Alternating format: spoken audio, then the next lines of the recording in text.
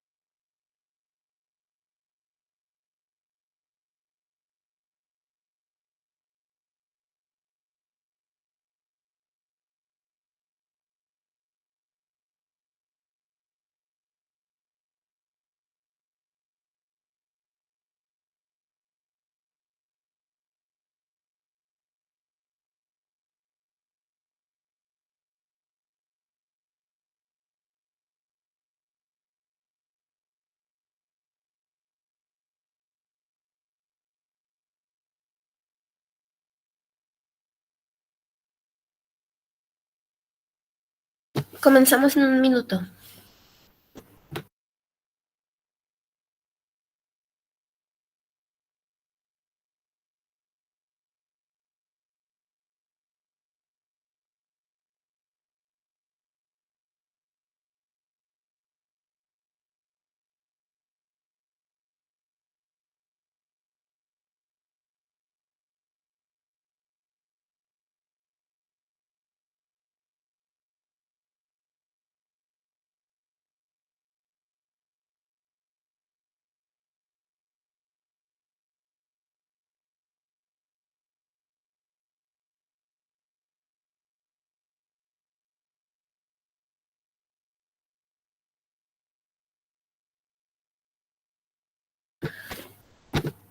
Muy bien. Vamos comenzando para respetar el tiempo de todos, ya que se vayan integrando más gente. Quien pueda prender su cámara, que la prenda para que también nuestro expositor se sienta más acompañado en la conferencia. Y pues, buenos días a todos. Quiero darles una cordial bienvenida y quiero comenzar agradeciendo a todos, a cada uno, por tomar la decisión de crecer y formarse. La verdad nos hará libres. En este curso nos trataremos de aproximar a la verdad y crecer en nuestro ejército por la vida. Se aprenderán conocimientos históricos, biológicos y jurídicos. Es importante que los conocimientos que absorbamos lo llevemos a la acción, para que ustedes puedan salir al mundo y sean promotores de la verdad. No tengan miedo de defender la vida, sean firmes y conquisten almas y mentes. Aprovechen bastante el curso, por favor, y pongan en práctica todos los aprendizajes que absorban. Le paso la palabra a Lucía García, que va a ser nuestra maestra de ceremonias. Gracias a todos. Si el aborto no está mal, entonces nada está mal. Beata Teresa de Calcuta. Buenos días. El objetivo de la plática es brindar a los participantes de este taller el conocimiento médico y científico acerca del momento en que inicia la vida, con la finalidad de que tengan argumentos para defender la vida desde la concepción. Con gran gusto presento a nuestro ponente. Su nombre es... Perdón, tengo un poquito de intermitencia. Apagaré mi micrófono unos segunditos.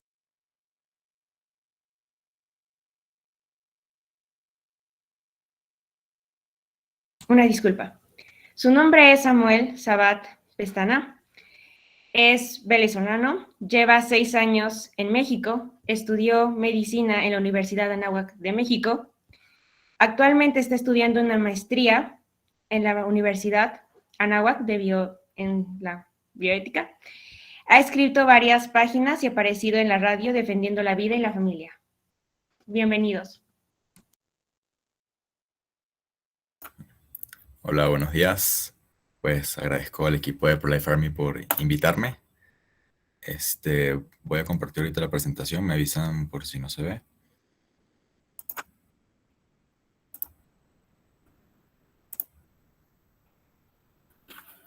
Ok. ¿Sí se está viendo? Sí. Sí, perfecto. Entonces, como lo mencionaron, mi nombre es mi nombre es Samuel Saad Pestana. Me pueden seguir en mis redes sociales como Dr. Samuel Pro Life, que son pues en Instagram, que es donde básicamente subo toda esta información.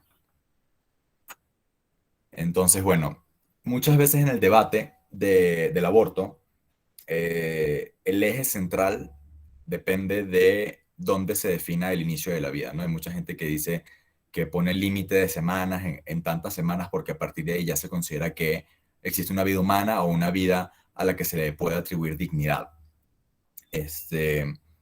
No siempre es el caso. Hay gente, hoy en día cada vez hay más personas que ante el hecho innegable de cuándo comienza la vida, ya no hacen el argumento del aborto con base en cuándo comienza la vida, ¿no? Sino que tienen esta mentalidad de que incluso si fuera una vida humana, incluso se podía matar en función de que la autonomía de la madre puede estar por encima de la vida de su hijo, ¿no? Pero bueno, hoy en día nos vamos a centrar en esta plática de cuándo comienza la vida, ¿no? Que yo creo que todavía la mayoría de las personas cuando se convencen de que es una vida humana estarán en contra de matarla, ¿no? Entonces, ¿qué criterios podemos usar en la filosofía, en la biología, en la medicina para juzgar cuál es el estatuto de un ser vivo? ¿Cómo podemos juzgar si si un ser vivo pertenece a una especie u otra, si es un individuo o si es una parte de otro individuo, o si incluso es un ser vivo o no? Entonces, los criterios que podemos usar son la composición de este organismo y su comportamiento. Entonces, para determinar si un embrión, un feto o un cigoto son seres vivos o no, o son seres vivos individuales, son seres humanos individuales, tenemos que juzgarlo en tanto su composición como su comportamiento. Entonces, ahorita voy a poner un video para repasar esta parte de la fisiología de la reproducción, cómo comienza la vida humana. Entonces tenemos que, pues tras el coito, el hombre eyacula aproximadamente 300 espermatozoides por mililitro de semen. Pues cae en la vagina y los espermatozoides comienzan a viajar de inmediato hacia pues el óvulo, ¿no? Entonces ahí muchos se destruyen en la cavidad vaginal por el pH y por otras cuestiones inflamatorias que existen en la vagina. Luego ahí están atravesando el cervix, el cuello uterino, a través de las criptas, a través del moco cervical que se produce en el cervix. Y ya están entrando como tal a la cavidad uterina. Muchos espermatozoides, sobre todo los defectuosos, pues se van perdiendo en el camino, se destruyen, son fagocitados por los glóbulos blancos. Ahí está, los defectuosos son fagocitados por los glóbulos blancos. Y luego una parte se va a ir a una trompa y otra parte se va a ir a la otra. Ahí el óvulo puede secretar proteínas que hacen quimiotaxis, o sea, que atraen al espermatozoide para que los espermatozoides justamente vayan hacia este óvulo. Luego, los cilios que están en las trompas van tanto moviendo como hay una cosa que se llama capacitación, que le van quitando unas proteínas que tiene el espermatozoide pues en la cabeza, ¿no? Como si fuera un casco que lo protege. Entonces, para penetrar el ovocito, tienen que quitarle ese casco, ¿no? Entonces hacen esa capacitación, así se llama. Van atravesando la zona pelúcida, que es una capa de proteínas alrededor del óvulo. Entonces ahí logra un espermatozoide penetrar en la zona pelúcida y en el cúmulo óforo. Ahí están las membranas tanto del óvulo como del espermatozoide. Y un espermatozoide logra fusionarse, su membrana citoplásmica. Solamente entra a la cabeza, la cola se queda afuera y ocurre una reacción que se llama reacción cortical y reacción de zona, que es un cambio electroquímico que hace el óvulo, que impide que de los demás espermatozoides puedan penetrar. Entonces ya penetró uno, ya los demás, por una cuestión eléctrica que ocurre, ya la carga no permite que demás espermatozoides puedan entrar al óvulo. Entonces ya el espermatozoide ahí condensa su pronúcleo, o sea, la mitad de lo que va a ser el núcleo del cigoto, ya lo tiene el espermatozoide, y la otra mitad la tiene el óvulo.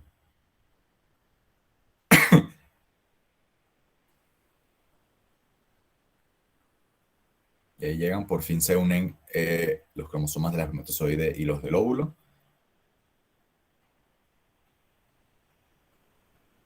Y ya este cigoto empieza su viaje desde donde ocurrió la fecundación, que fue en la trompa uterina, comienza a viajar hacia el endometrio para implantarse, ¿no? Entonces, como lo mencioné, pues una vez al ciclo, la mujer normalmente saca un óvulo. Si es una mujer con predisposición para tener cuates, tener gemelos, sacará 2 o más. Sale el óvulo en una región de la trompa que se llama el ámpula, ahí se queda, y los espermatozoides llegan, hacen todo este trayecto, tarda aproximadamente 14 horas, y ya llega finalmente el óvulo, lo fecunda, y ya este cigoto, que ya es el óvulo fecundado, que pues bueno, ya vamos a ver si es un individuo o no, ya comienza sus divisiones celulares, ¿no? Pasan aproximadamente entre 5 y 7 días en que se tarda el embrión, ya se está desarrollando, ya va dividiéndose, y se tarda aproximadamente 6 días en llegar al endometrio, que es esta capa del útero, en el cual el embrión se va a implantar. Y a partir de ahí, pues ya va a desarrollar la placenta y va para continuar el resto del desarrollo, ¿no? Pero durante los primeros 7 días, este cigoto se puede desarrollar no conectado a la madre, ¿no? No está como tal implantado. Y este es el principio por el cual se puede hacer fertilización in vitro, ¿no? Que tú puedes agarrar una cápsula de Petri, un recipiente, y ahí fertilizar, fecundar un óvulo, y ya hacer un embrión, y ese se va desarrollando, y ya después de unos días lo puedes transferir al endometrio, ¿no? Entonces, para aclarar más o menos estos términos, qué es un cigoto, qué es un embrión y qué es un feto, ¿no? Entonces, a partir dependiendo de la literatura, hay gente que pone el punto de corte a las 8, otra gente que pone el punto de corte a las 12 semanas. A partir de las 8 o 12 semanas ya se considera feto. ¿Por qué? Porque se considera que ya tiene todos sus tejidos desarrollados. O sea, ya tiene la presencia de las células que son concretamente una estirpe de pulmón, de nervios, de estómago.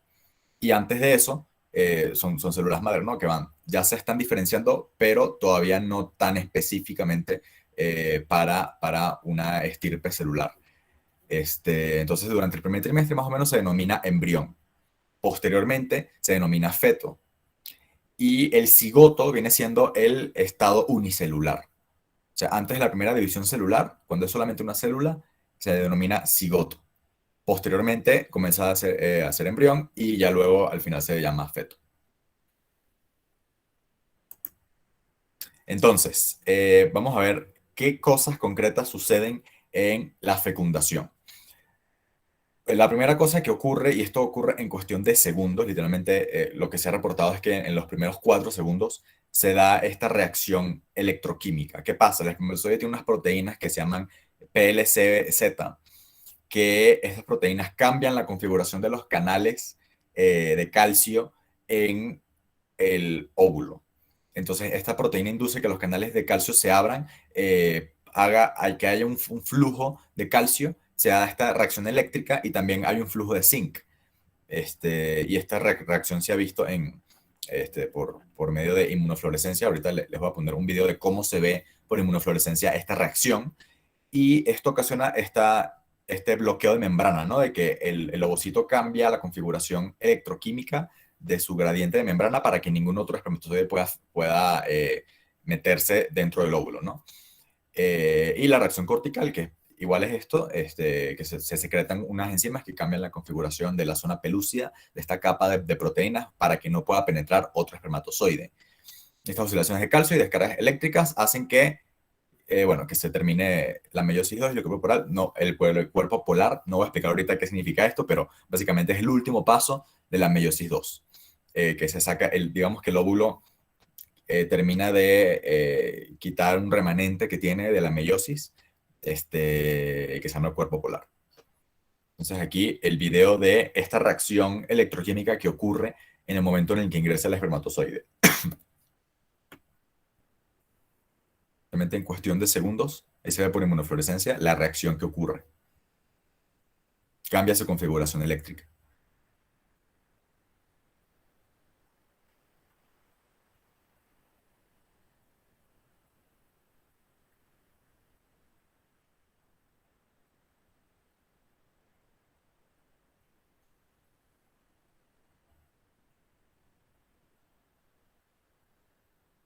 Y bueno, estos videos vienen de una publicación de la revista Nature.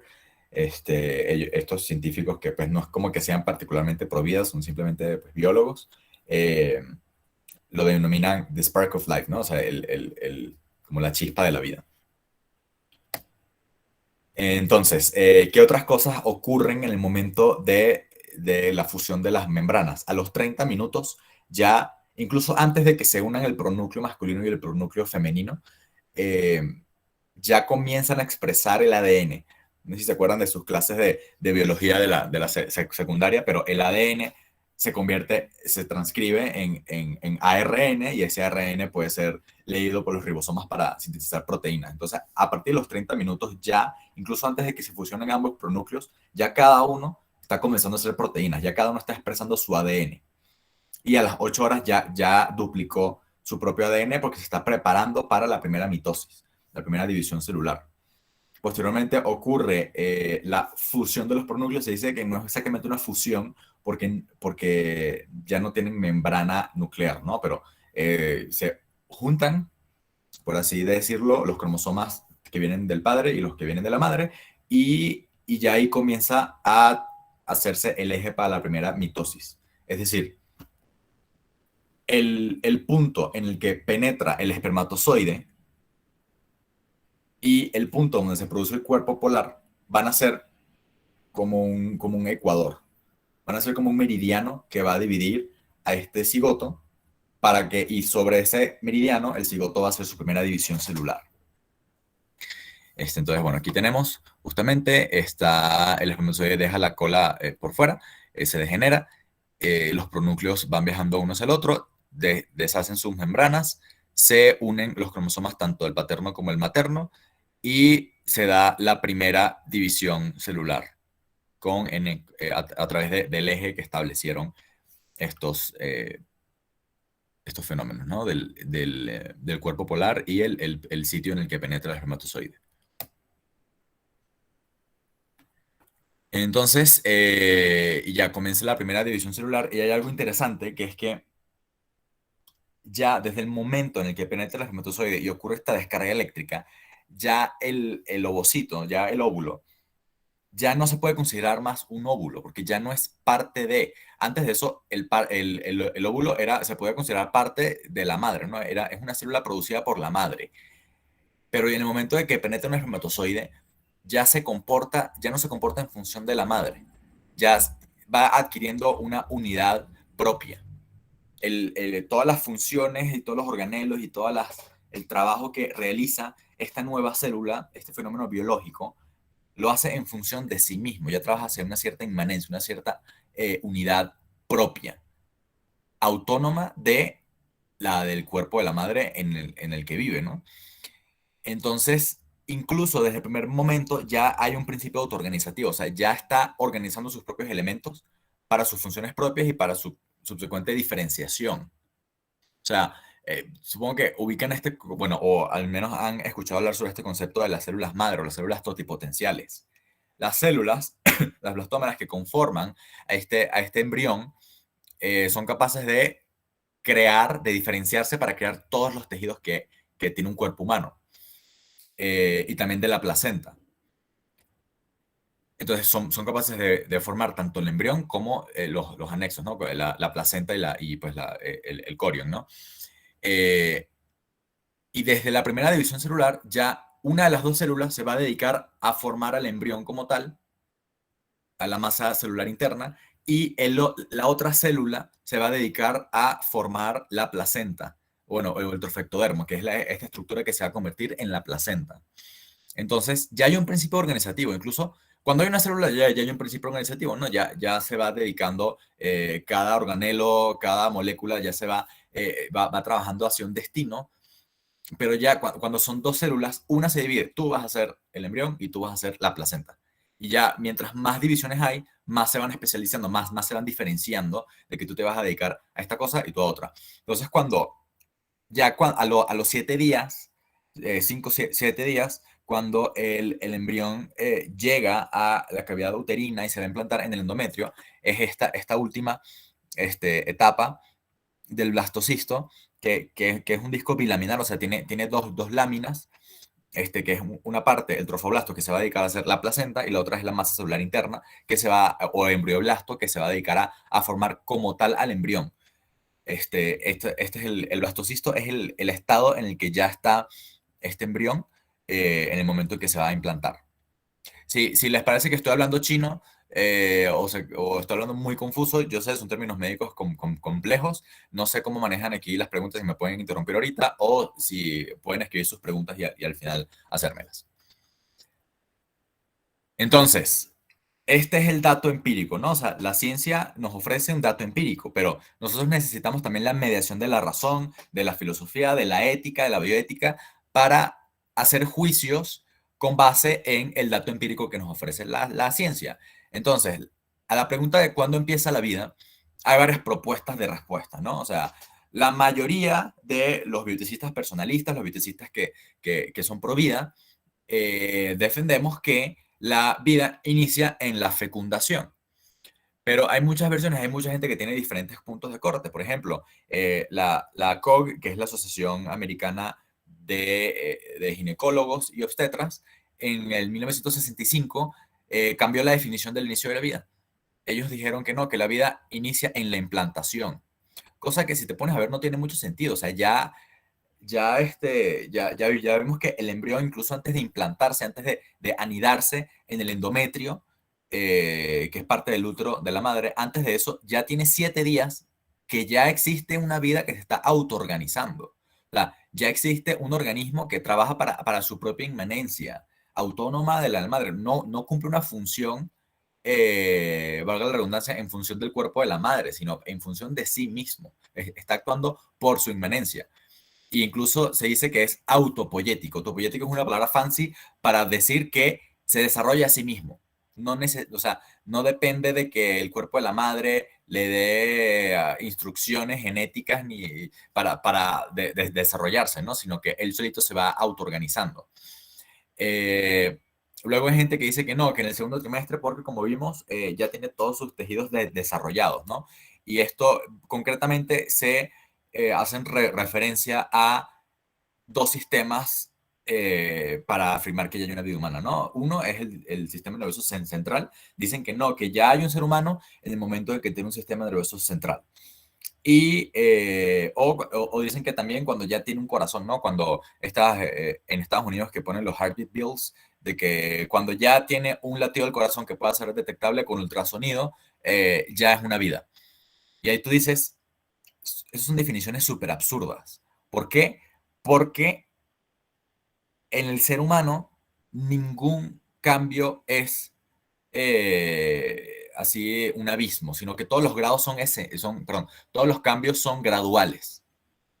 O sea, no hubo un punto en el que tú a partir de tal día comenzaste a hablar, no, sino que tú cuando eras bebé comenzaste un poquito a desarrollar progresivamente tu capacidad de lenguaje. Al principio lo hiciste reconociendo las caras, las expresiones faciales de tus papás, luego con lenguaje no verbal, fuiste comunicando emociones, actitudes y tal, fuiste identificando sonidos, identificando qué significa sí, qué significa no, qué significa agua, qué significa popó, y ya eventualmente desarrollaste la capacidad de tú expresar tus ideas sintácticamente mediante un lenguaje discursivo, pero la capacidad del lenguaje se fue desarrollando gradualmente. Incluso al principio solo decías palabras, luego frases de 3 palabras y ya luego oraciones más complejas, pero no hay un punto de corte. Y además cada humano cambia mucho, entonces no hay un punto de corte en el que a lo mejor tú aprendiste a hablar a los 2 años con 1 mes y otro niño aprendió a hablar al año con 9 meses, ¿no? O sea, no hay un punto de corte así estricto. Y también esto ocurre en el desarrollo fetal. O sea, no hay un punto de corte específico así inequívoco en el cual, mira, ya tiene sistema circulatorio. Mira, ya tiene sistema nervioso central. Los libros de embriología hablan de semanas en las que aproximadamente se dan estos cambios, pero como sabemos en la biología y en la medicina, nunca hay nunca y nunca hay siempre. Todos los cambios en la biología varían mucho y dependen de que estos procesos genéticos y epigenéticos no se frustren, ¿no? Entonces, bueno, y también es un poco absurdo esta cuestión del latido cardíaco, porque la definición de este punto de corte no depende de que haya un latido cardíaco o no, sino de que nuestra tecnología, nuestros ultrasonidos, lo puedan detectar. Entonces, más o menos a partir de la semana 6, de las 5 semanas con 5 días a las 6 semanas, se considera que ya se puede detectar claramente con un ultrasonido de punta, se puede detectar el latido cardíaco. Pero sabemos que el corazón comienza a haber circulación, según los libros de embriología, a partir de las 4 semanas. El corazón, bueno, aquí hay una imagen de cómo es el desarrollo embriológico del corazón. Al principio son dos vasos sanguíneos, como 2 venas, que van engordando, se van ensanchando sus paredes musculares por señalización bioquímica que va haciendo el mismo feto en su autoorganización. Estos tubos se van ensanchando, se van conectando y al final engordan y terminan siendo las 4 cavidades del corazón, ¿no? Las dos aurículas y los 2 ventrículos. Y esta fusión se termina a las 6 semanas. Y ahí es cuando comienza a haber un latido cardíaco que puede ser detectable por ultrasonido. Pero sabemos por ecografía Doppler que a partir de las 4 semanas ya hay circulación, aunque no esté completado todo este proceso de fusionarse y que se haga un corazón como tal de 4 cámaras, ya hay fluido sanguíneo a partir de las 4 semanas. Entonces, que hay algunos estados en Estados Unidos que hayan puesto restricción al aborto a partir de las 6 semanas porque ya hay un corazón detectable con ultrasonido, es un logro en el sentido de que, claro, va a haber menos abortos, ¿no? Se recorre un poco más temprano la línea de que ya no puede haber abortos, pero todavía se están matando vidas humanas.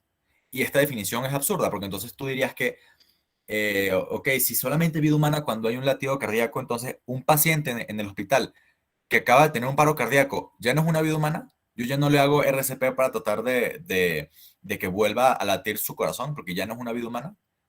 o un paciente cuyo sistema nervioso central no está íntegro, porque está bajo anestesia, porque está en coma, ya no es una vida humana, entonces ya no tengo que cuidarla, ya la puedo matar, la puedo eutanasiar. O sea, entonces estas definiciones que tú des de cuándo comienza la vida van a tener consecuencias antropológicas. Tú tienes que ser consistente. Si dices que no hay vida cuando no hay corazón, entonces un paciente con un paro cardíaco ya no es vida, ¿no? Claramente, un paro cardíaco, pero un paro cardíaco te puede matar, pero todavía no está muerto. Si todavía se puede hacer RCP, se puede recuperar, pues, todavía hay probabilidad de que sobreviva si haces una medida terapéutica. O un paciente en coma, o un paciente que no está consciente en este momento. ¿Cómo tú justificas que ese paciente siga siendo una vida humana, ¿no? Entonces, el momento en el cual definamos cuál es el inicio de la vida es súper importante porque va a tener consecuencias antropológicas graves también para otras formas de vida extrauterinas, ¿no? Para la vida adulta. Entonces, otro punto de corte que se usa mucho es el de la viabilidad. Viabilidad es un término que se usa para muchas cosas. La verdad no hay una definición así absoluta, concreta, que todos los médicos estén de acuerdo con ella, pero se suele decir que hay, bueno, hay muchos estados, sobre todo en Europa y algunos estados de Estados Unidos, que dicen que el aborto debería ser legal hasta la viabilidad, hasta el punto en el cual el feto pueda sobrevivir fuera del útero.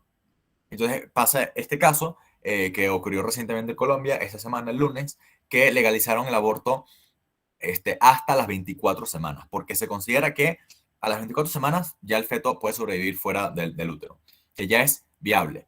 Y aquí tenemos, bueno, esta foto de cómo se ve un feto de 24 semanas, o sea, ya son 6 meses.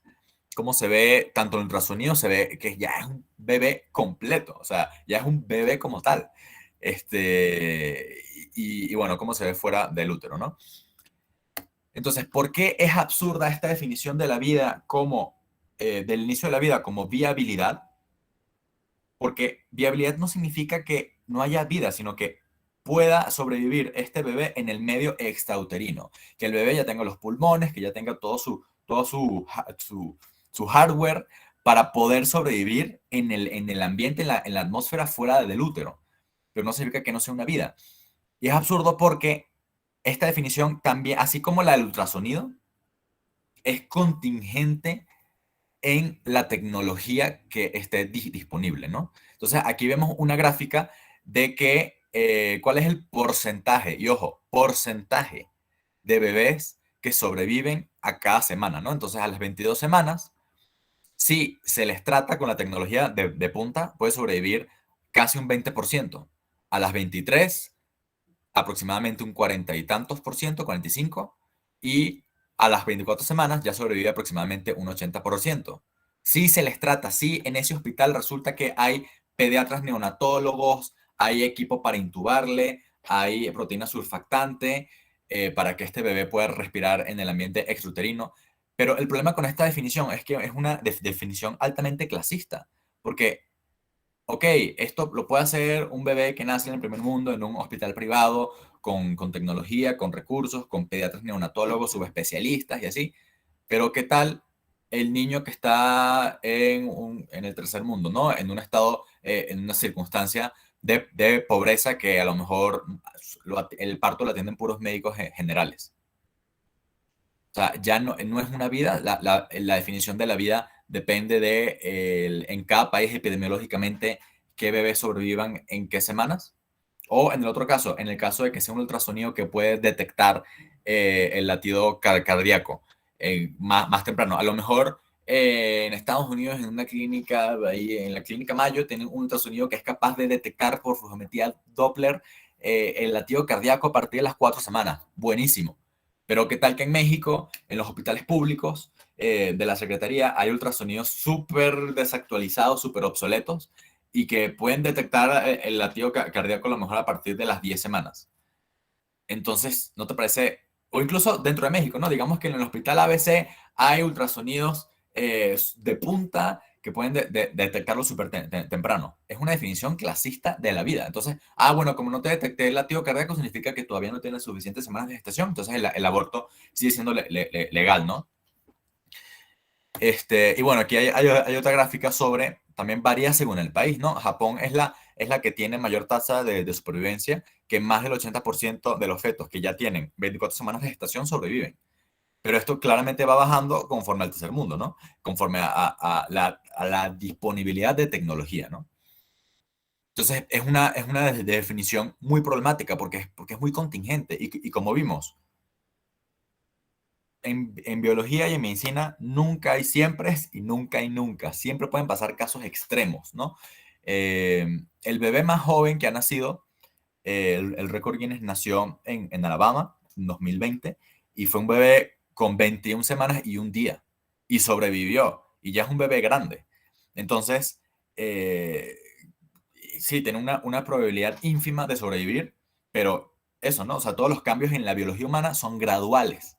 No hay un punto corto que te digas, ya, a partir de las 21 semanas con 3 días, ya sobreviven el 100% de los bebés y antes de eso el cero, ¿no? Sino que es una cosa que va dependiendo mucho de cada organismo, ¿no? Entonces, el otro punto de corte que suele poner la gente es que hasta el nacimiento. Esto es una cosa, es el momento que se me hace más absurdo de todos. ¿Qué tiene la cavidad vaginal o qué tiene la cicatriz de una cesárea que mágicamente confiere personalidad? ¿Acaso cada cosa que pase por la vagina ya adquiere personalidad, adquiere dignidad intrínseca? O sea, ¿por qué en algunos estados es legal matar al bebé antes del nacimiento cuando 5 minutos después ya no es legal, ¿no? O sea, y ahí entramos en una cuestión de coherencia. Un bebé recién nacido que lleva 5 minutos de nacido, hace 5 minutos tú podías asesinarlo en ciertos estados. Y esto da cosas tan absurdas como que por algún tiempo en algunos estados desde Estados Unidos fue legal el aborto de nacimiento parcial. O sea, hasta que no saliera la cabeza del bebé, no se consideraba un ser humano. Entonces, ¿qué hacían los ginecólogos? Metían la mano, sacaban antes de la cabeza, sacan los pies del bebé, sacan todo el cuerpo hasta el cuello, no sacan la cabeza y le cortaban el cuello y aspiraban su cerebro. Entonces, no fue un asesinato, no fue un homicidio, ¿no? Porque no fue infanticidio porque el bebé no nace todavía. Entonces, hasta que no salga la cabeza, no es un ser humano. Y por más horrible que nos pueda sonar, la verdad es que es una concepción bastante coherente, ¿no? O sea, porque ontológicamente es equivalente. Es equivalente a asesinar desde un cigoto hasta un bebé con nacimiento parcial. Entonces, digamos que para superar esta división incoherente de cuánto comienza la vida, hay ciertos filósofos bioeticistas, que no son personalistas claramente, que son utilitaristas, que han dicho, bueno, entonces realmente lo que le confiere dignidad a cualquier organismo vivo no es si es humano o no, o sea, no es su esencia como ser humano, sino la capacidad de sentir, la capacidad de autoconciencia. Él lo llama, este filósofo Peter Singer lo llama la sentiencia, sentience, ¿no? La capacidad de sentir. Y yo le puse aquí adquisición de autoconciencia. Y este filósofo tiene una frase que dice en su libro, Practical Ethics, dice que asesinar a un cerdo adulto es un peor crimen que matar a un bebé recién nacido. ¿Por qué? Porque un cerdo adulto tiene más integrada su autoconciencia, tiene más integrada sus conexiones, sus vías nociceptivas, sus vías de la capacidad para sentir dolor. Entonces es más cruel matar un cerdo que matar un bebé recién nacido. Incluso Peter Singer ha llegado a proponer que debería haber aborto hasta los 2 años de nacido, en caso de alguna malformación fetal, ¿no? Si un bebé nace con síndrome de Down, con una malformación cardíaca, los adultos deberíamos ser capaces de matarlo hasta los 2 años, porque todavía no tiene bien integrado su identidad, su autoconciencia, su concepto del yo, ¿no?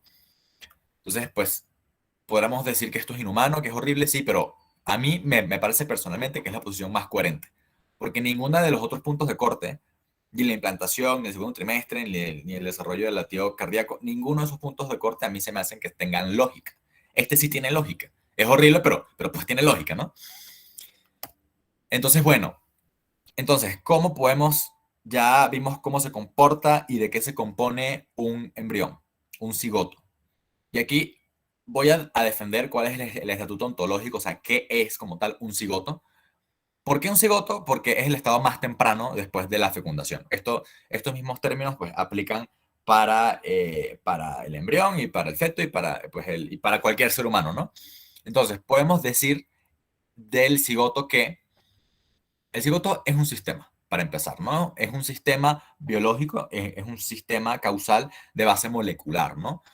Este, y es un sistema porque todas sus partes no es solamente que estén puestas de manera contigua, no es una reacción química al lado de la otra, sino que estas reacciones están coordinadas y están sinergizadas hacia un mismo propósito, ¿no? O sea, hacia una misma función. Entonces, es un sistema. Luego, es un sistema unitario. ¿Por qué? Porque tanto estructural como funcionalmente están dirigidos hacia un propósito, hacia una inmanencia, hacia una unidad, hacia cumplir una cierta cantidad de funciones. Entonces, y esto es tanto estructural como funcional. O sea, hay una membrana bicapa fosfolipídica que mantiene una unidad y adentro mantiene sus organelos, ¿no? Mantiene su citoplasma, mantiene electrolitos, tiene canales para regular los electrolitos, tiene una membrana nuclear donde tiene el ADN, tiene organelos, tiene mitocondrias, tiene muchas cosas que no solamente es una unidad estructural, sino también funcional. Todos trabajan hacia el mismo propósito. Claramente, este propósito es frustrable, porque los seres humanos no somos nada más nuestra genética, sino que somos nuestra epigenética. O sea, nuestros genes se van a expresar o no en función también de otras cosas, ¿no? O sea, si, si la mamá, en un feto, si la mamá tiene hipotiroidismo, esto va a afectar al feto, porque la hormona tiroidea de la mamá, su concentración va a modificar la expresión eh, de genes en el feto y también otras hormonas que tiene la madre. Y también si la madre sufre un paro cardíaco o le da COVID y desatura su sangre y no tiene oxígeno en su sangre, este cambio, como el oxígeno para el feto viene de la mamá, van a afectar al feto, van a cambiar su epigenética. Pero esto no significa que este feto o este cigoto no tenga su propia identidad como individuo humano, ¿no? Entonces, es un sistema unitario, es un sistema unitario vivo. ¿Por qué está vivo? Porque tiene las funciones mínimas indispensables que consideran todos los biólogos para considerar que hay un ser vivo. Es decir, que sea un sistema que tiene autorregulación dentro de unos ciertos parámetros ambientales, puede cumplir sus funciones, ¿no? Tiene su propio metabolismo y es capaz de transmitir su información. Cada vez que el cigoto va a replicar otro blastómero, va a hacer otra célula, va a hacer una mitosis, una división celular, tiene que transmitir su información, tiene que duplicar la información que está contenida en su núcleo y dividirse. Entonces, cumple esta función de la transmisión de la información. Entonces, indiscutiblemente es un ser vivo. Y ya, posteriormente, podemos afirmar que es un sistema unitario vivo de la especie humana. Es decir, tiene los 23 pares de cromosomas con el contenido genético que define la especie humana. Va a tener el ciclo vital específico de la especie humana.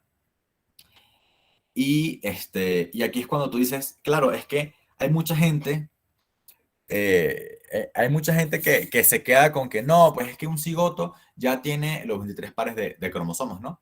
Y ahí tú dices, o sea, sí, el hecho de que tenga los cromosomas de la especie humana es algo necesario, pero no es suficiente. O sea, no explica de suyo que ya el cigoto sea un individuo de la especie humana. ¿Por qué? Porque entonces, típico que viene un estudiante, un estudiante de medicina pro aborto, que se cree un sabelotodo, y te dice, ah, no, pero entonces un hepatocito, una célula del hígado también es un ser humano, ¿no? Una neurona también es un ser humano, porque estas células también contienen todo el genoma humano. Y ahí tú dices, o sea, sí, pero una neurona es parte. Una neurona, tú la cortas el nervio y la dejas sola y se va a morir. O sea, una neurona no cumple en sí misma todo el ciclo de una especie humana. No puede completar todo el ciclo vital de un ser humano. En cambio, un cigoto sí. Un cigoto, si tú lo tienes en las circunstancias correctas, y tiene su adecuada oxigenación, nutrición y todo, sí va a poder completar un ciclo completo de la vida humana. En cambio, una neurona no. Por más que una neurona tú la nutras y tal, la puedes mantener viva, pero no puedes hacer que esta neurona complete todo el ciclo vital específico de la especie humana, ¿no? Y ya por último, podemos afirmar que el cigoto es un sistema humano individual y es autónomo. Ahora, ¿qué significa que es autónomo? Porque tú puedes decir que no, pues no es autónomo. Si tú sacas el cigoto, si lo dejas afuera del útero o al feto, pues se muere. Si él fuera autónomo, autónomo es cuando ya es viable, ¿no? Y ahí dices, no, a ver, autonomía no significa que sea independiente. Un ser vivo puede ser autónomo sin que sea independiente completamente de otros seres de su propia especie o de otra especie o de un sustrato del cual puede sacar sus nutrientes, ¿no? Entonces, por ejemplo, si a mí, Samuel, cuando yo era un bebé recién nacido, me hubieran dejado tirado en la jungla, yo me moría, a menos que viniera literalmente la mamá de Tarzán, a menos que viniera una gorila afectuosa y como a Tarzán, ¿no? Y lo amamantara y me críe, yo me voy a morir. Pero eso no significa que ese bebé recién nacido no sea una vida humana completa, con dignidad. Igual, incluso un ser humano adulto, si a mí me lanzas en un cohete al espacio, sin oxígeno, sin nada, me voy a morir, porque yo soy dependiente de una atmósfera que me dé oxígeno, de una tierra que me dé nutrientes, de vivir en sociedad, en simbiosis con otros seres humanos, de vivir en simbiosis con animales, una vaca que me dé leche y un árbol que me dé frutas, ¿no? Entonces, dependencia no es lo mismo que autonomía. Igual, un bebé recién nacido es dependiente de su mamá o de un ser humano adulto que le dé leche, que le dé comida, pero eso no significa que no sea autónomo. Nadie en su sano juicio diría que una mamá que amamanta a su bebé constituye el mismo organismo con el bebé, sino que el bebé sí, efectivamente es dependiente, pero es autónomo, es un sistema aparte. Y a eso se refiere el hecho de que sea autónomo. Entonces, importante recalcar esta distinción entre autonomía y dependencia. El cigoto es autónomo aunque sea dependiente. Igual que nosotros somos dependientes de nuestro medio. Y por último, que este cigoto tiene una unidad diacrónica. ¿Qué significa esta palabra fancy, diacrónico? Sincrónico es que al mismo tiempo, ¿no? Diacrónico significa en diferentes tiempos, ¿no? Entonces, el cigoto mantiene su identidad individual a lo largo del tiempo. Entonces, Samuel, cigoto, Samuel feto, Samuel cigoto, Samuel embrión, Samuel feto, Samuel recién nacido, Samuel bebé de 2 años, Samuel adolescente, Samuel adulto, son el mismo Samuel. Yo soy el mismo individuo de cuando era cigoto. Yo cuando sea un anciano, voy a ser el mismo Samuel. Mi sustancia se mantiene a lo largo del tiempo y todos los cambios que ocurren en mí son secundarios. No cambian mi esencia, no cambian mi identidad como Samuel, un ser humano, un ser vivo de la especie humana, autónomo, unitario, un sistema causal, todo eso, del sexo masculino. Mi esencia no cambia. Entonces, cosas con las que comparan a los cigotos, ¿no? De que no, muchas veces argumentos así falaces, ¿no? De que no, el cigoto solamente es un parásito. Y tú dices, no, ¿por qué no? Porque efectivamente un parásito, aquí vemos una bonita parásito, que se llama Yarda lamblia, muy simpático, causa unas diarreas horribles. Sí, efectivamente, este parásito es un individuo vivo, etcétera, un sistema unitario y todo eso, pero no pertenece a la especie humana. Entonces, sí, o sea, es vida, pero no es vida humana, ¿no? Entonces no puedes comparar un cigoto con un parásito.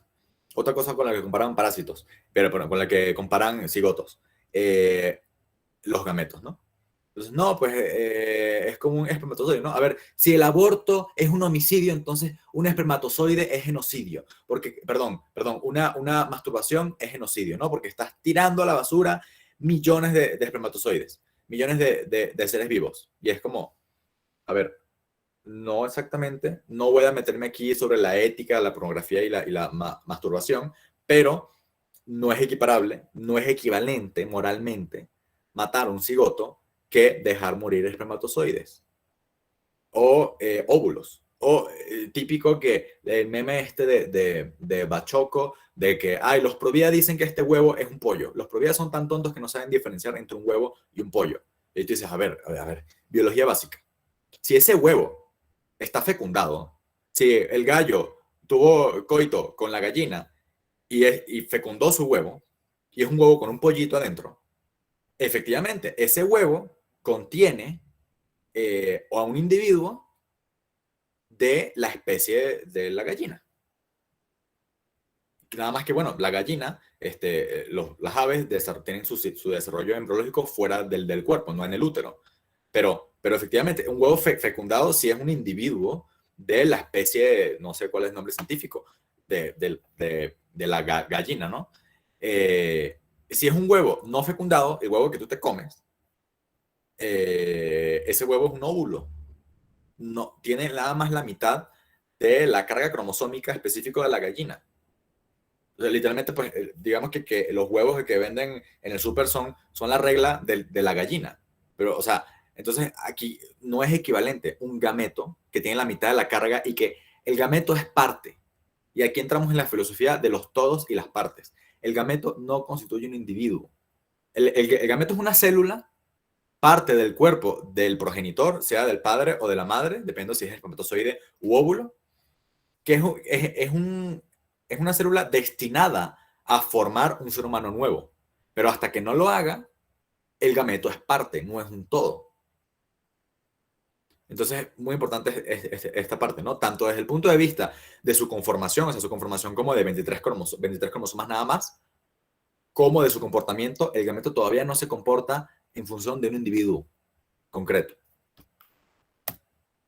Y luego también dicen, no, un embrión es como un tumor. Y ahí dices, no, tampoco. Porque un tumor, efectivamente, puede tener, ¿es un sistema causal de base molecular? Sí. ¿Es autónomo completamente? Depende de la malignidad del tumor. Hay tumores que se extirparon hace 50 años y todavía hoy en día se siguen reproduciendo, aunque la persona que padeció ese tumor ya murió. Entonces sí, o sea, hay cánceres tan agresivos que pueden sobrevivir incluso fuera del cuerpo humano. Pero este cáncer no es capaz de completar en sí un ciclo vital específico de la especie humana. Entonces, por eso no se puede considerar que un tumor sea un individuo humano. O sea, ontológicamente no es un ser humano. Igual, un riñón, un órgano sano, tú lo puedes mantener vivo fuera del cuerpo humano mediante circulación artificial y en lo que se trasplanta a otro ser humano, por supuesto. Pero este riñón no es un individuo de la especie humana, es una parte.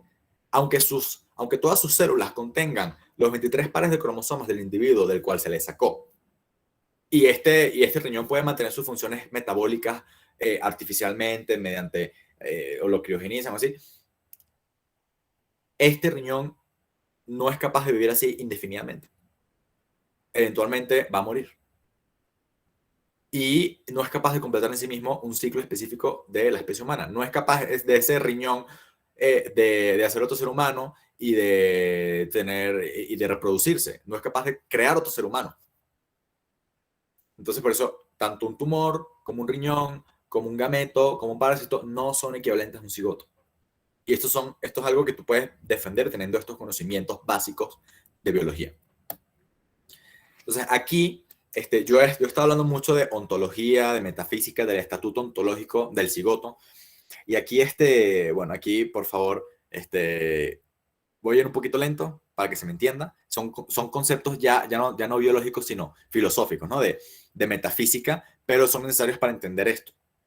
Entonces, muchas veces se dice que no, que el embrión no es un ser humano, sino que es un ser humano en potencia, ¿no? Es un potencial ser humano.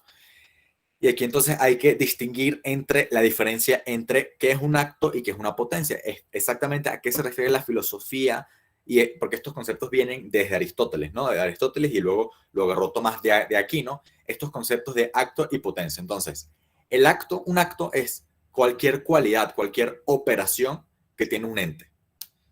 El cantar de un pájaro, el blanco de una pared, o la blancura de una pared, el hecho de que yo pueda ver ahorita o pueda hablar, esos son actos, ¿no? El hecho de que de mi pelo chino, de cualquier, esos son actos.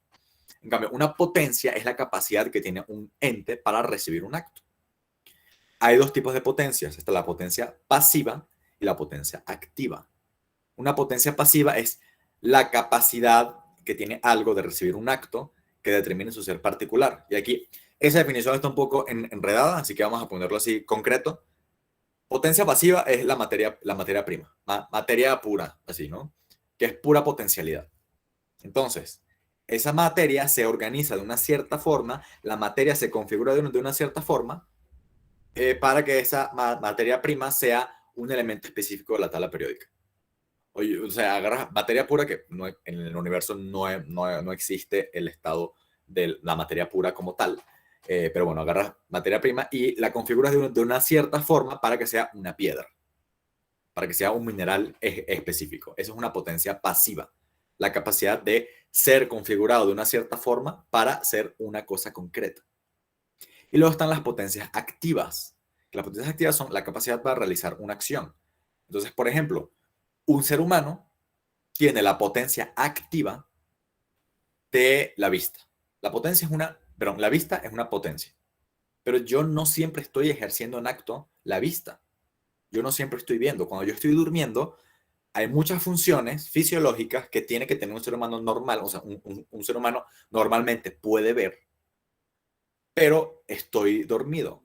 Está en potencia. Cuando yo me despierto, abro mis ojos y ya puedo llevar esa potencia a acto.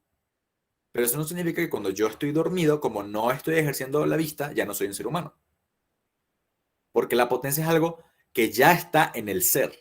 No es una mera probabilidad ni una mera posibilidad lógica. No es nada más que, yo me puedo imaginar a mí mismo viendo. No, sino que es algo que ya está en el ser.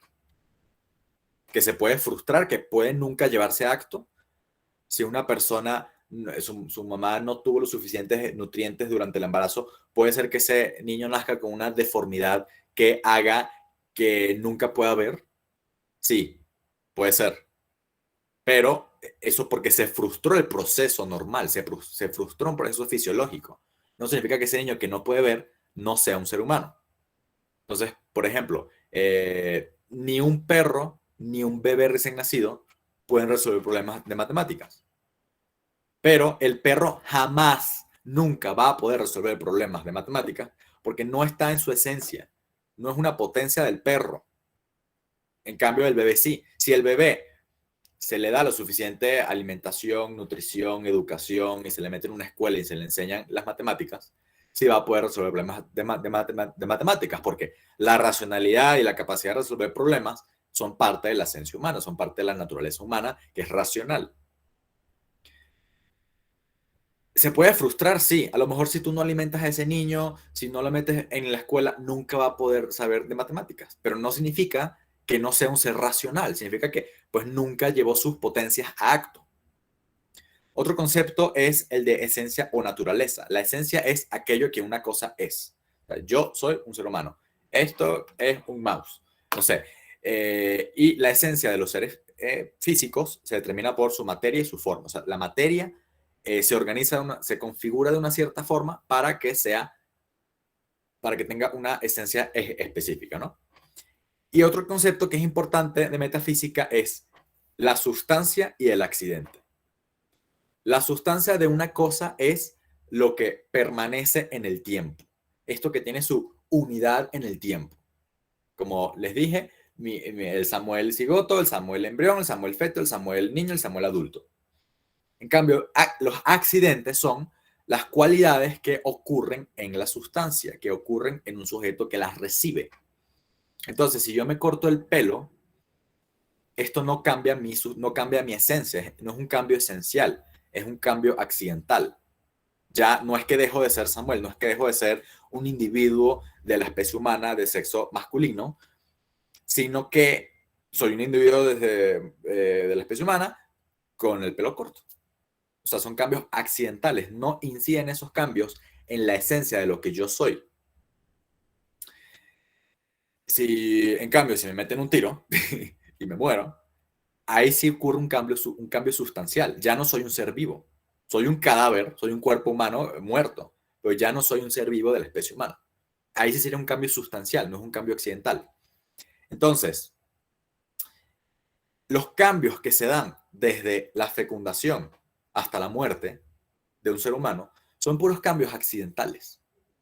El cambio de cigoto a embrión, a feto, son cambios accidentales. No cambian su esencia. Entonces, por ejemplo, un niño recién nacido que todavía no controla sus esfínteres, no controla cuándo va a hacer pipí o popó, no adquiere la humanidad mágicamente cuando ya lo puede controlar. Primero porque el cambio es gradual y luego también porque su sustancia sigue siendo la misma, persiste en el tiempo. Es la misma identidad. Nada más que antes no podía controlar sus ganas de ir al baño y ahora sí. Y cuando sea un anciano y a lo mejor si le da incontinencia, no deja de ser humano. Es un ser humano que, bueno, ya no tiene el accidente de poder controlar sus esfínteres. O una niña de 5 años que no menstrua todavía, cuando cumple 12, 13 años y ya le baja su primera regla, ya tiene la menarca, ya puede reproducirse. Y es normal que los seres humanos se puedan reproducir. Pero eso no significa que antes de tener la capacidad actual de reproducirse, no significa que antes no era ser humano. Entonces, es un error eso que hace Peter Singer de definir la vida en función de un acto. Y ese error se llama actualismo. O sea, juzgar al ser únicamente según sus actos. Y esto es algo que no sorprende mucho. No sorprende mucho que la gente que dice que el ser humano nada más es ser humano en función de los actos que puede hacer, en función de un criterio de eficiencia, de un criterio de productividad, de esta gente que dice que no eres ser humano hasta que tengas la capacidad de razonar y de sentir. No es sorpresa que esta sea la misma gente que dice que si tú te sientes identificado como mujer, si tú actúas como mujer, si te vistes, te pones lápiz labial y te pones una falda, eres mujer. No me sorprende para nada. Porque claro, ellos piensan que la esencia no es algo que ya se tiene en el ser, sino que ellos piensan que es algo performativo, ¿no? Que si algo se comporta como humano, es humano. Si no se comporta como humano todavía, o ya no se comporta como humano, ya no es humano. O eso, ¿no? Si yo me comporto como hombre o como mujer, soy hombre o mujer o quimera, ¿no? O una sustancia ahí, un tercero que no existe, ¿no? Entonces aquí, ya para cerrar, esta pregunta para la reflexión, ¿no? De que, ¿qué es lo que verdaderamente te hace humano? ¿Eres humano por el hecho de serlo? O sea, tu dignidad viene de simplemente por el hecho de ser persona, o viene de algún criterio actualista, de algún criterio funcional, ¿no? De que en el momento en que ya no puedes trabajar, ya no eres ser humano, ya no eres valioso, ya no eres útil, ¿no? En el momento en el que ya no puedes, eres un viejito con Alzheimer, ya no eres racional, entonces ya no eres ser humano, ¿no? Ya no tienes la capacidad de autoconciencia como la tenías antes, ¿no? La respuesta que tú le des a esta pregunta no es solamente el tema del aborto, y es por eso que el tema del aborto es tan crucial, porque no es solamente un tema de los niños no nacidos, sino es un tema antropológico. La respuesta que tú des también va a aplicar para ti. Va a aplicar a ti en la actualidad, va a aplicar a ti si el día de mañana te atropellan y caes en coma, va a aplicar a ti en unas décadas cuando seas anciano con Alzheimer.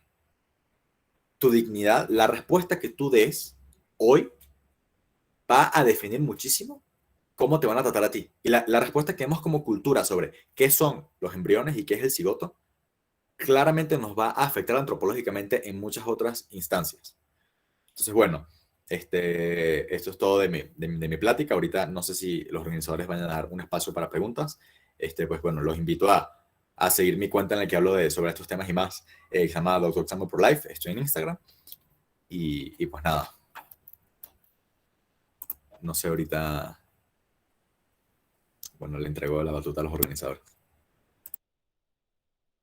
Gracias, excelente ponencia. Bueno, compañeros, quería decirles que vamos por nuestra sección preguntas y respuestas. Entonces, quien tenga alguna pregunta, por favor, escríbala en nuestro chat. Bueno, hace ratito para el doctor nos pregunta, Katia, que si podría explicar qué pasa en ese proceso cuando la mujer toma la pastilla del día siguiente. Buenísimo, pues fíjate que esto es un dilema ético súper aguerrido y bueno, es un tema complejo, ¿no? Sobre el mecanismo de acción de la pastilla del día siguiente. De hecho, en mi cuenta tengo un post sobre eso, que se llama pues, justamente si la pastilla del día siguiente es abortiva o no. la pastilla del día siguiente y muchos métodos anticonceptivos, no solamente eso, sino también el DIU, tanto el de cobre como el de levonorgestrel, y también los anticonceptivos hormonales, no tienen un solo mecanismo de acción, sino que pueden actuar en diferentes fases del ciclo, ¿no? Entonces, uno de los mecanismos principales que tiene tanto la pastilla del día siguiente como todas las pastillas hormonales es que, bueno, no expliqué ahorita fisiología femenina, pero básicamente el ciclo lo controla el hipotálamo. Entonces, que es una parte en el cerebro que se comunica con la hipófisis, que es una glándula, manda ciertas hormonas para que el ovario cumpla sus funciones, ¿no? Entonces, una de las cosas que hace la pastilla del día siguiente es que bloquea el feedback, la retroalimentación que hay entre el hipotálamo y los ovarios, y entonces no se da la ovulación. Pero esto es si esta mujer toma la pastilla del día siguiente en la fase del ciclo antes de que haya ocurrido la ovulación. La ovulación es cuando el ovario suelta un óvulo. Y ahí sería un mecanismo estrictamente anticonceptivo, porque evita justamente la fecundación, porque nunca se encuentran, los espermatozoides van a llegar a la trompa y van a decir dónde está el óvulo y no lo van a encontrar y se van a morir ahí, pero nunca se va a concebir un ser humano nuevo. En cambio, si la mujer toma la pastilla después de que ya ocurrió la ovulación, o incluso se ha visto que unas horas antes de que ocurra la ovulación, la pastilla no evita que se dé la ovulación, sino que sí ocurre la ovulación. Hay otros mecanismos por el cual funciona la pastilla del día siguiente. Uno de ellos es que cierra el cervix, o sea, el moco cervical se pone espeso, no deja que penetren los espermatozoides. Ese mecanismo también es anticonceptivo. Otro mecanismo es que disminuye la motilidad de los cilios, de la trompa. Entonces, los espermatozoides no se pueden capacitar, no pueden cruzar la trompa, pero también, si hay un óvulo que se fecundó, si hay ya un embrión, no puede viajar y se muere ahí. O también hay otro mecanismo que es que interfiere con la función del endometrio. Hay un cambio que se llama desidualización, que el endometrio ya no es capaz de recibir embriones, se desidualiza, se llena de glucógeno, se edematiza. Ocurren varios cambios que ocurren en el endometrio y ya este endometrio es incompatible con la implantación de un embrión. Entonces, ese mecanismo es abortivo. Y también se ha comprobado que también cambia el patrón de expresión de proteínas, ciertas proteínas como integrinas, glicodelinas, que son necesarias para que se implante el embrión. Entonces, esta pastilla, la pastilla del día siguiente, que no es una sola, hay varias, y justamente en ese post explico los mecanismos de varios de estos, que no son anticonceptivos, sino que estrictamente son abortivos, son antiimplantatorios. Ahora, si tú te pones a ver, muchísimos ginecólogos, muchísimos médicos, e incluso la COG y la OMS dicen, no, no es abortivo, es anticonceptivo. Pero claro, recuerda lo que les dije que en el 65 la COG cambió su definición del inicio de la vida. Entonces, ellos dicen que si tú impides la implantación, eso no es un aborto. Piensan que eso es anticonceptivo, porque ellos dicen que el aborto es cuando ya se implantó un embrión. Si tú lo quitas, eso sí es un aborto. Pero ellos dicen que si tú impides que se implante, no es un aborto, porque su concepto del inicio de la vida es en la implantación. Entonces, en estricto sentido, sí, no solamente la pastilla del día siguiente, sino también muchos anticonceptivos hormonales que tienen actividad sobre el endometrio, y también los DIUs ocasionan inflamación y cambios morfológicos y funcionales en el endometrio. Entonces, sí, efectivamente son abortivos. Aquí, bueno, espero que haya respondido tu pregunta. Hay otra pregunta que es si hay una diferencia entre la concepción y la fecundación. Elizabeth, pues mira, la concepción es un término muy ambiguo. Es un término, pues no es un término científico. Fecundación sí es. Entonces, pues básicamente nosotros identificamos que la concepción significa inicio de la vida. Entonces, nosotros pensamos que la concepción ocurre en la fecundación. ¿Y en qué momento de la fecundación?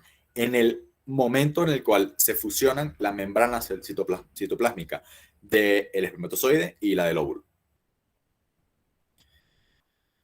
Bueno, mis redes sociales, que lo escribo aquí.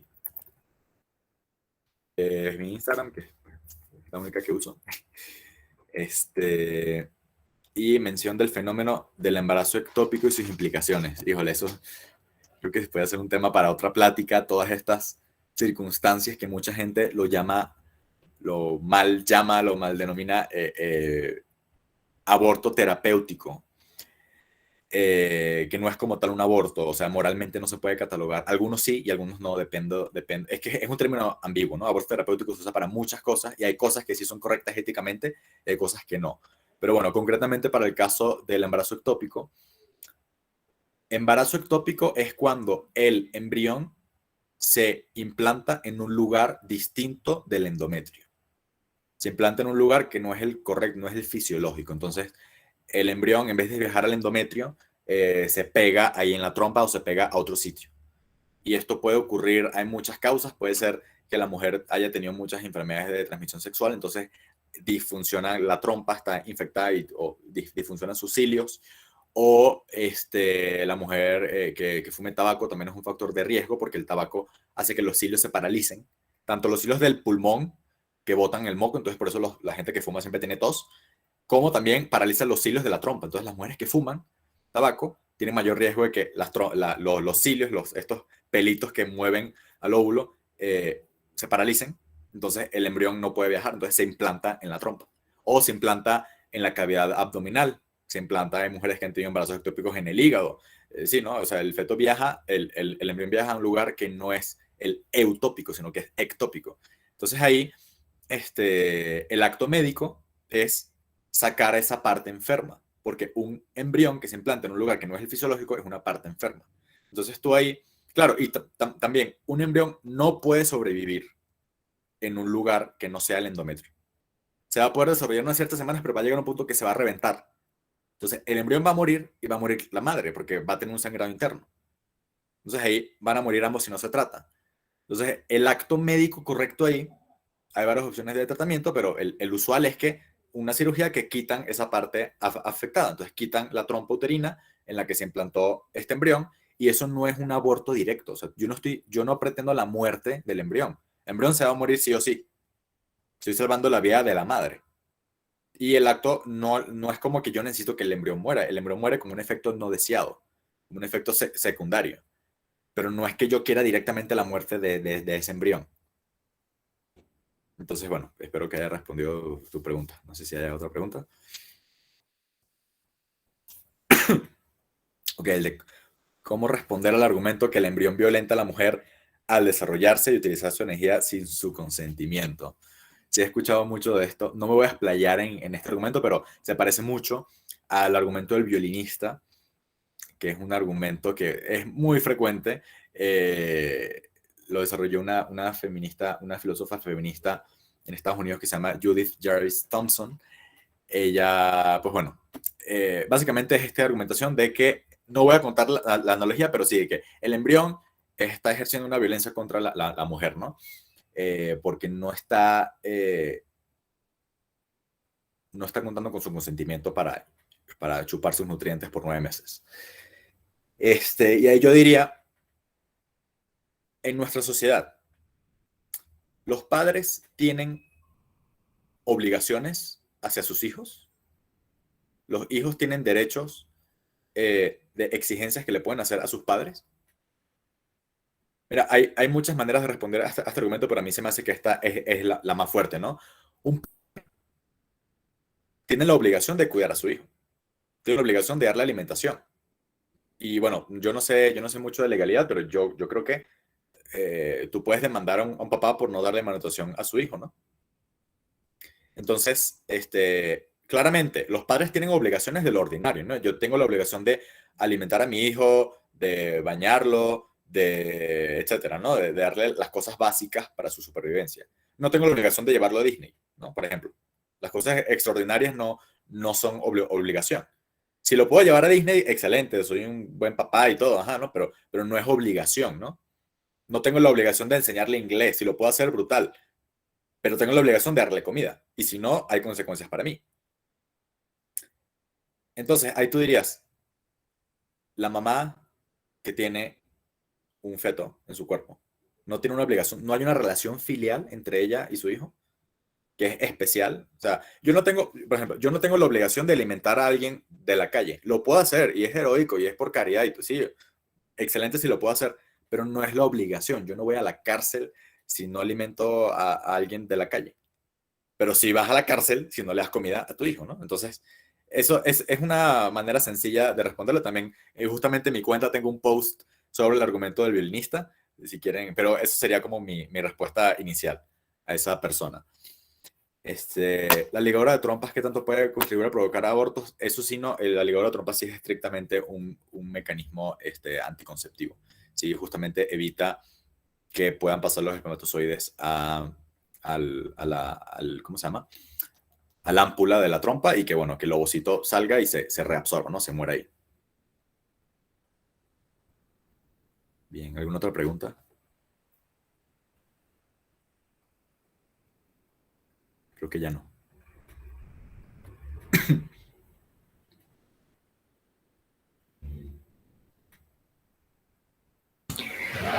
Compañeros, ¿alguien tiene una pregunta más para estos minutitos que nos restan?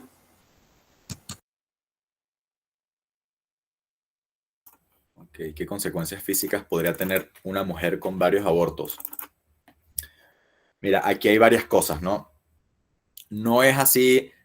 Igual, en la medicina nunca y nunca y nunca y siempre, ¿no? Todo depende mucho de la idiosincrasia de cada persona, de cómo reacciones no sé, a lo mejor el paracetamol es un medicamento súper normal, pero habrá gente que tiene una reacción alérgica severa y se muere o le da una falla hepática fulminante por tomar un Bill para paracetamol, ¿no? Entonces, las respuestas fisiológicas de cada quien son muy eso, ¿no? Muy de cada quien. No en estricto sentido que el aborto siempre ocasione infertilidad, pero sí, como todo procedimiento médico, ningún procedimiento es inocuo, ¿no? Todo procedimiento tiene sus riesgos y sus beneficios, ¿no?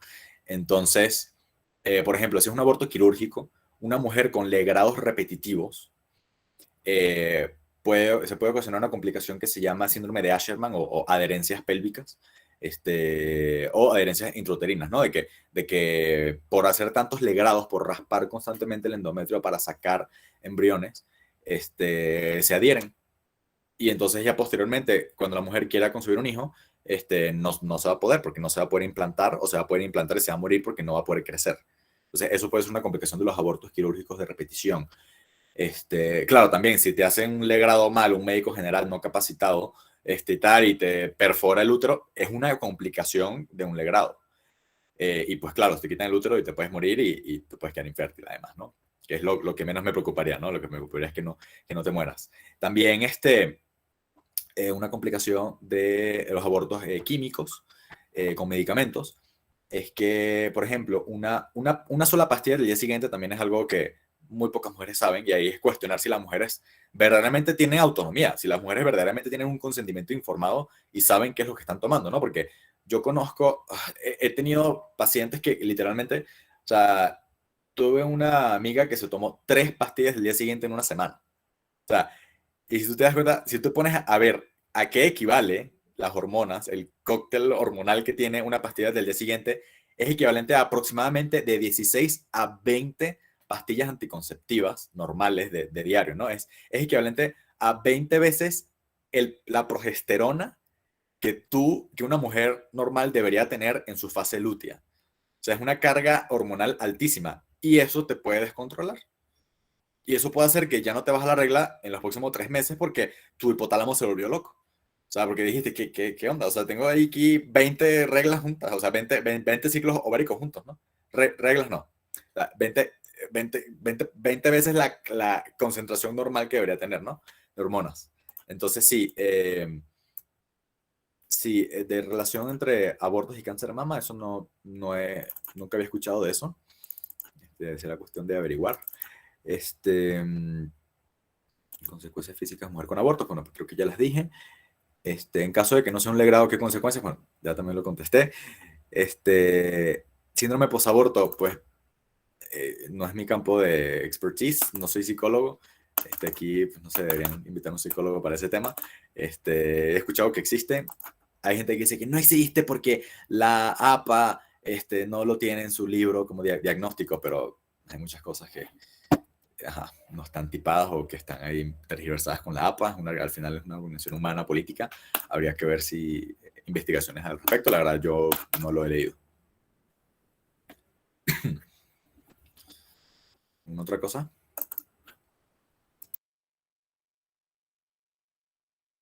Bueno, pues se nos ha acabado el tiempo. Doctor, le agradecemos bastante su excelente ponencia.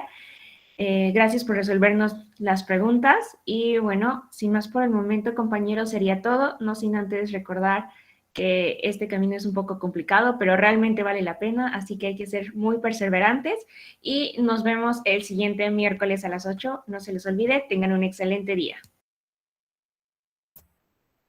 Bye, bye.